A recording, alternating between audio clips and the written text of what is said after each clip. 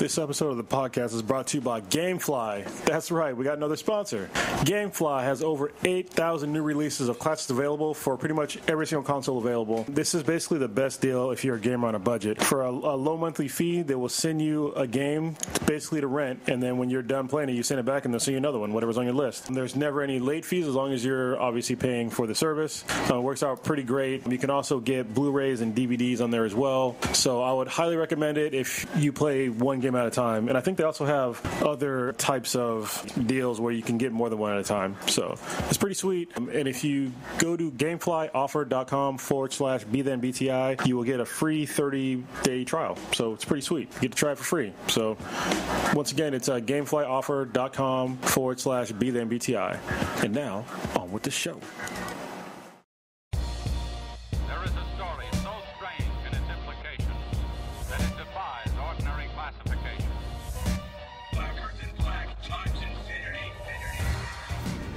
Hey, what's up, folks? Your boy Blue here for the Before the Chaos.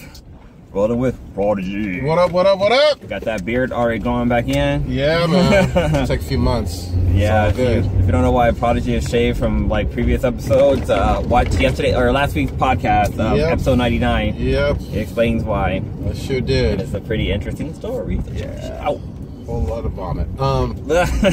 Lego Batman though. Man. You synced it. I synced it.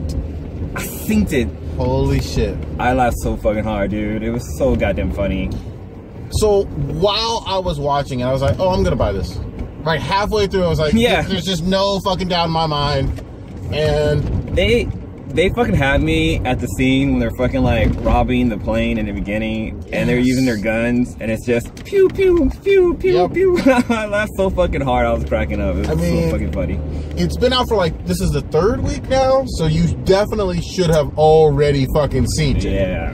So there gonna be a few spoilers, but you should have already done seen it. This is your warning. I don't even think you can spoil it because there's so much shit that happens in there. Yeah. Dude, okay. First of all, they got the relationship with Robin down pat. Like, this was the best Robin and Batman combination in terms of like both of their personalities and who they really are and whatnot.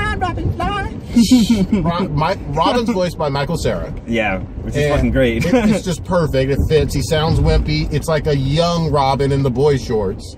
Well, didn't Rosario Dawson? Did I say it right this time? Yes, you did. All right. Look at you. I learned it. You learned it. She does the voice of Batgirl, right? Yes, Barbara Gordon. Barbara Gordon. But most of the movie, she's just Barbara Gordon. Yeah. Which kept confusing me. I was like, all right. I mean, I saw the trailer, and so I knew she was going to become Batgirl eventually. Yeah. But I was like, when is it going to happen? The whole time I was thinking that same goddamn thing. But I also like the fact that she's Commissioner Gordon. Yeah, she takes over her father's mantle. Which I haven't seen that in a Batman canon at least.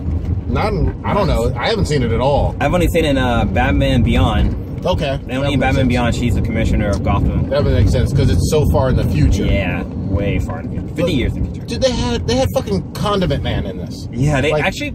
I heard every villain they showed were actual Batman villains. Oh, definitely. Like even down to the Condiment Man. Yep, Condiment Man is a real deal. Yes. I like how they use for the voice of Bane. They did it just like in The Dark Knight. Yeah, I could just.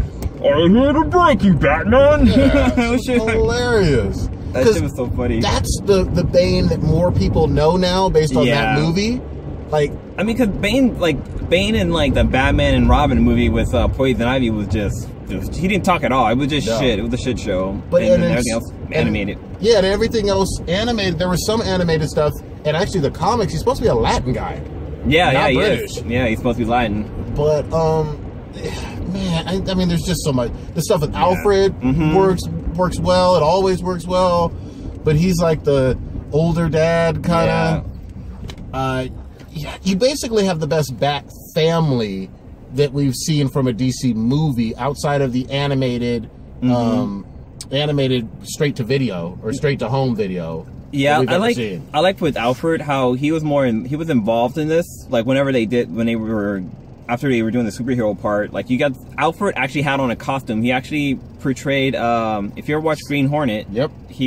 Bruce Lee played the Green Hornet's sidekick, Kato. Yep. He played Kato. So Alfred had on a similar outfit like that, and I was like, that's right, they're doing it right. I like that. I really like that. I smiled so hard when I saw that part. Dude, and then even if you're not deep down a DC Batman fan, like where you know everything and you've seen him for the last 70 plus years, they had fucking King Kong in this shit.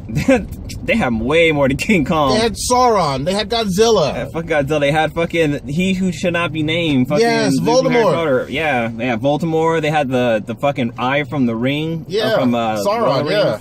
They had him. They had a Kraken. Yep. They have a bunch of fucking shit. Harley. The flying monkeys. Harley's in it. Harley's in it. She's fucking great. Man, you know what it is, and I'm gonna say probably repeat myself into more detail in the cast. This felt as good as The Incredibles felt in terms of. I put that as a basically without the name a Fantastic Four movie. Yeah. And the only good Fantastic Four movie. This felt almost like that in terms of for DC and for Batman. So a lot of people are saying that the Batman Lego movie is better than the Suicide Squad movie. Would you agree with that? I would. I think it was a better, fully formed plot. Obviously, the jokes were much harder, you know, and I think they understood the characters and had no editing issues whatsoever in a much better way than Suicide Squad. I don't see how you could view it any other way. Yes. You know? I love the way they portrayed the Joker and Batman's relationship. Like, yes. You know, Batman, you can't have Batman without Joker, and you can't have Joker without Batman. Like, it just can't fucking happen. So, for Batman to be like, you know, I'm seeing other people type deal, like actually making it look like a relationship. It was really funny. It was funny as hell, but then you also felt bad for the Joker because he was sad about it. He was like super kicking sad. rocks and shit, like super sad. He's like, you know what? And he actually came up with the best way to defeat Batman. Yep. And he did it, and it was. I'm not gonna spoil it. You have to watch it to find out, but he defeated Batman in a really good way.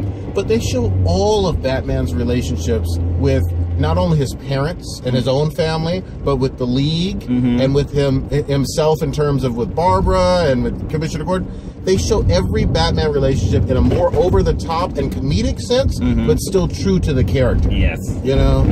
You definitely get that sense that he wants to do it alone. He wants to work alone, and he doesn't want to accept the fact that he needs people.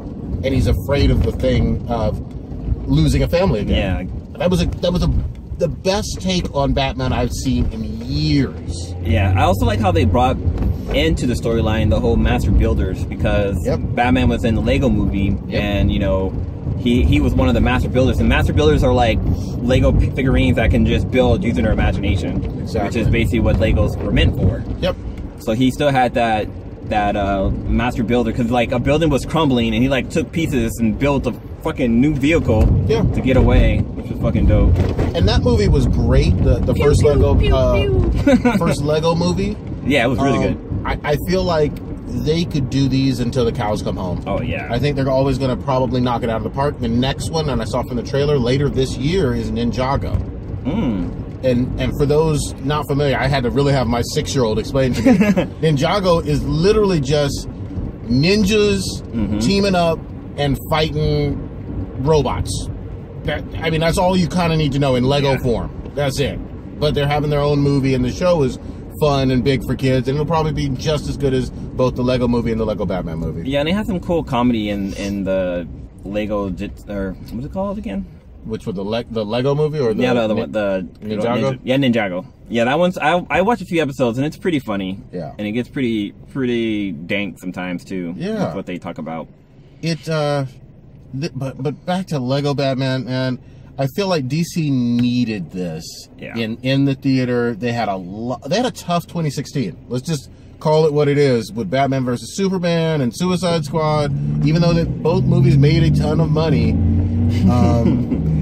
this one felt good. They finally had good Rotten Tomato reviews. Yeah, you know. So like going back to the movie, I love how Michael Jackson had an influence in the movie. Yes. It's like heavily in there, like even from the beginning, and it talks about like, you know, I'm stopping and looking in the man in the mirror. Yes. And it quoted Michael Jackson, but then all of a sudden he's like, no, I said that, Batman. His ego is just over the top, but he also wins you over. He's also very likable. Yeah. You know?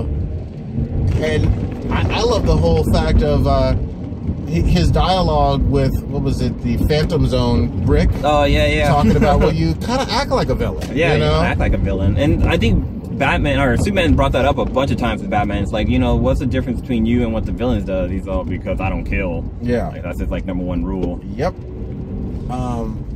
But they got the gadgets. Mm-hmm. To me, this was the best depiction of the Batcave I've ever seen. You can take every single Batman movie, even animated. This is the best Batcave ever. You get the best vehicles and the best sense of scope and how huge the Batcave is. It's not just a computer and a few like dinosaur and a big penny. You know, that's not the whole Batcave. No, you got all of his vehicles and even vehicles of the past. Like if you read some of the comic books, there's like a giant turntable of all the Batmobiles that he's had over the years, and a lot of times they'll have even the ones that are in the movies, which is awesome. I love that aspect of things. And I love how they also brought in the movies into the Lego movie too. Like they mentioned them, like, oh, you were this way in this time and this and this and this, so that had me rolling. I mean, even through the Dark Knight, the weird ones in the 90s with the bat nipples, and I mean, they talk about it all. Or when they made that joke about back when you had to do movies with Prince soundtracks or something like that along the line. Yeah, where he's all dancing. They were referring to the 66 Batman. Yep. Or, is it 86 or 66? Yeah. With Adam West? Yep. Yeah. But my favorite, though, and again, we're spoiling the shit out of some of the jokes, but they're still funny in context. There's so many more. I love the fact that they directly responded to Iron Man. Yeah. I mean, yeah, that should have me dying laughing. You know, because some people don't even see the connection of basically Tony Stark trying to be Bruce Wayne, you know, in a lot of ways. But it's definitely apparent. It was never an issue until Iron Man gained popularity with the Robert Downey Jr. version of Iron Man. But, you know, they just came out and said it. Batman can't stand fucking Tony Stark, you know? You know, and he called him out by name in this movie, and I thought that was one of the best things they've ever done. And they didn't just say it once; they said it a few times. Yep, it's fucking great. It was fun. What's something I learned that's crazy is that the voice of the Bat computer is actually Siri from the fucking Apple phone. Really? Like they actually use, like it says in the credits, it says Siri with the voice. So holy shit! Which is, if you didn't know, fun fact: the voice of Siri is also the girl who does the voice for God, what's the name of that movie? Portal. The one that does the robot. Yeah, same person. Wow. All right, so we're rolling up to the Infinity Base. Thank you for watching. If you enjoyed the show or this quick little review of Batman Lego Movie, check out, hit smash and hit that like button.